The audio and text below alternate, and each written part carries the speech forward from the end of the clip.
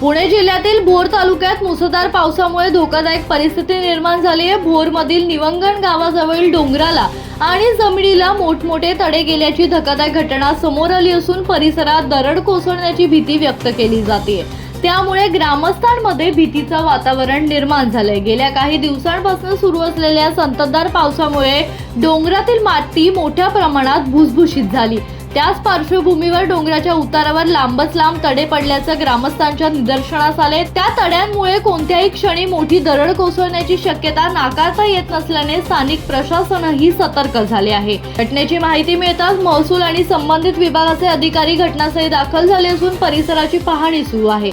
संभाव्य धोका लक्षात घेता डोंगराच्या पायथ्याशी राहणाऱ्या नागरिकांनी सतर्क राहावे, तसेच अनावश्यकपणे या भागात जाणे टाळावे, तसेच असे आवाहन प्रशासनाकडून करण्यात येत आहे।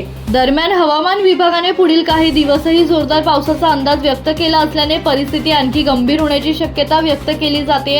यामुळे प्रशासनाकडून परिस्थितीवर बारकाईने लक्ष ठेवले जात असून गरज भासल्यास सुरक्षतेच्या दृष्टीने तातडीने उपाययोजना करण्यात येणार आहेत। Bureau report, Janshakti.